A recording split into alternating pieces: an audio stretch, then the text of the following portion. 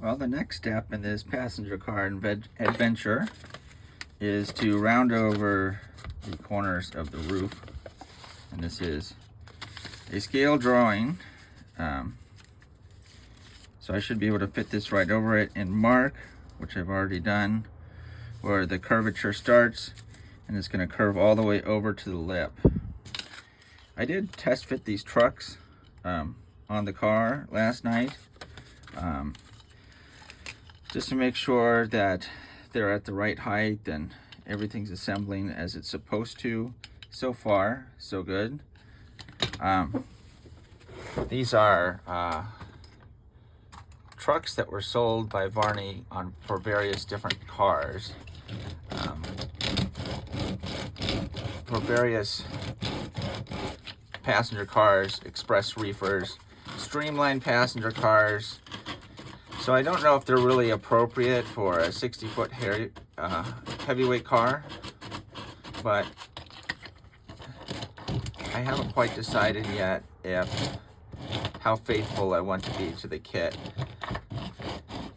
and using the materials that it came with. So I gotta buy another set for the coach. And do I just get something completely different that'll work? Do I get Varney passenger trucks that look like these for consistency? Or do I do something completely different? So do I keep these ones, do something different for the other one, get the same for the other one, or get different for both cars? Either way, it seems like I could get a pair of passenger car trucks for not that much. And these, like I think I said already, they look more like something that would be under an express box car rather than a passenger car. Just the boxy appearance, I guess. So I'm using right now 60 grit, so very rough sandpaper, and a rubber sanding block.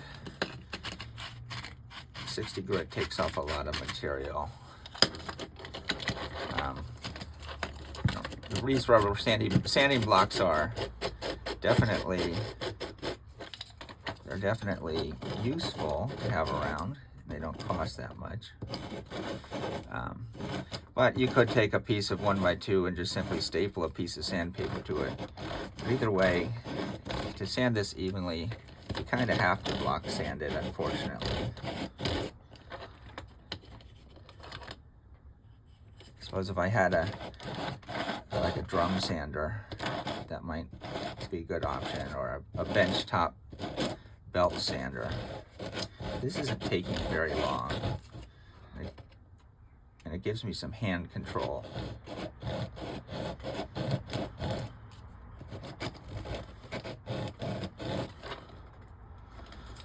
Let's see.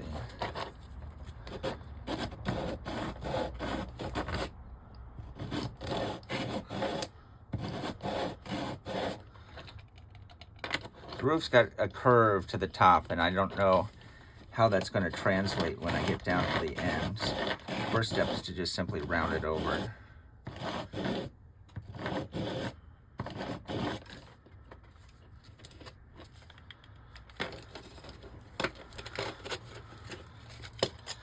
Now, I haven't put one of those together, but I have read that the challenge for a lot of people with this old Labelle woodworking passenger car kits is rounding the roof over is what they find the most difficult part. Rounding it over evenly. Make a nice even curve. Okay. And that looks like pretty good starting space.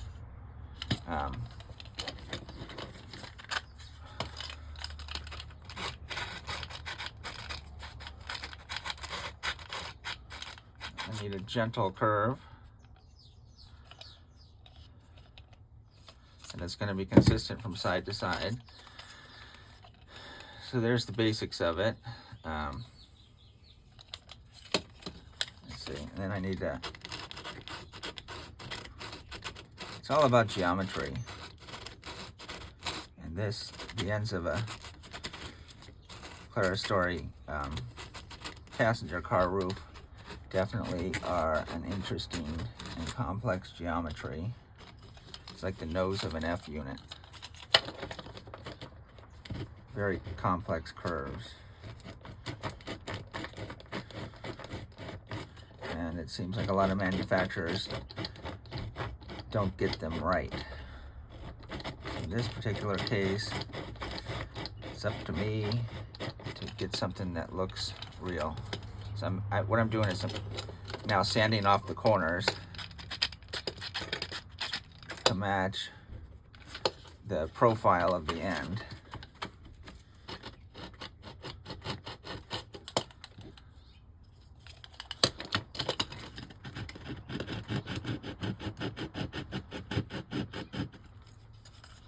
I think I about got it.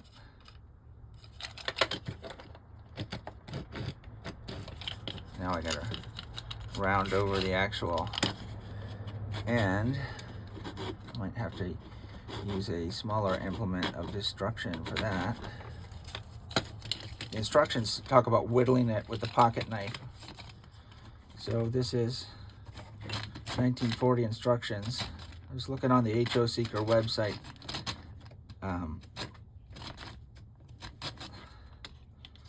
Last night, and it seems like we're looking at the Varney catalogs that they moved on from this kind of kit. That they moved on by the early 1950s, and we're doing something different by then. So you can imagine their audience would have,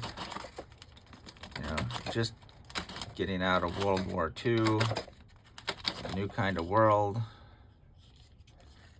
new technologies rapidly coming on, plastics for one thing that they could make model trains out of. This part kind of has to be sanded by hand. Again, I'm using the rough, coarse sandpaper to get the basic shape, and then I'll go back with the finer stuff. I'm not using the block right now because the corners have gotten a little small. What I'm working on is a little smaller. It's pretty nice though.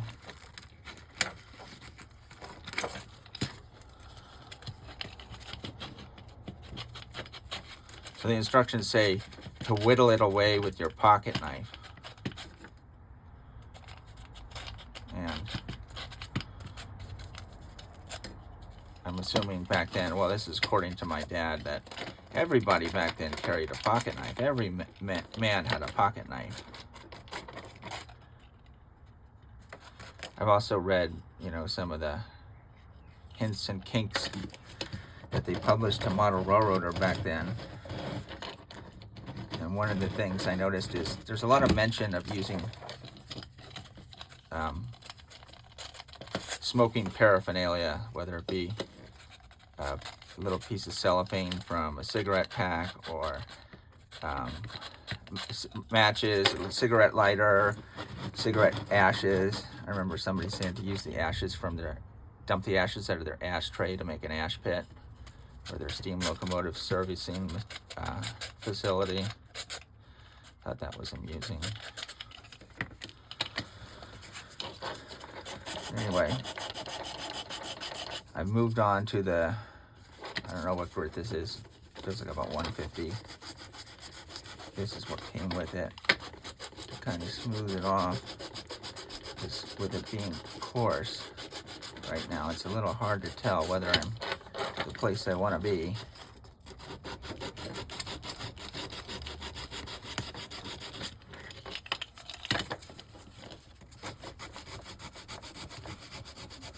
So far, so good.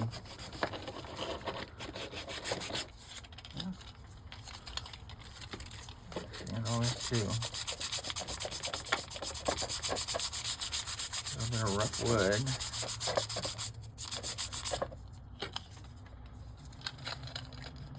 So maybe if I have any viewers who want to comment on what kind of, just go with the Varney trucks, or find something non-Varney that looks a little bit better, you let me know. I don't know how many viewers I have. I'm told that people who make videos on YouTube are called influencers, I guess because they influence others. Some people, I guess that's their career, is to be an influencer. I'm just a guy sitting at my workbench making model trains, documenting things on the way. But in any event, I guess some channels have quite a few subscribers to them. I don't know how many I have. I don't know how many people want to watch my boring videos. But you know, the real reason we do it, the real reason influencers do what they do is because they love hearing the sound of their own voice, their own recorded voice. Because that's what we all truly love, is the sound of our own recorded voice. And that's why we do this. At least that's my interpretation. But there are other reasons why doing something like this is good for you. One is it documents how you built something, or if somebody asks, you can point them to the video. In my case, one of the things that's helped me is I had to give testimony for a trial a year or so ago, and I had to read the transcript of my testimony. This was the computer to transcribe transcript, and the number of ums and awkward pauses I had. It was just really hard to read. So maybe making videos and listening to them and trying to improve upon it is a way to improve your public speaking voice, and maybe to break down some of the anxiety barriers that a lot of people have. Well, there's the one end. It looks like I'm going to have to put a little piece of a fill around the corner because there's a little lip on the top part that I've sanded off here. So I'm going to have to recreate that as it goes down the corner. Don't know how I'm going to do that yet. I do have plenty of strip wood.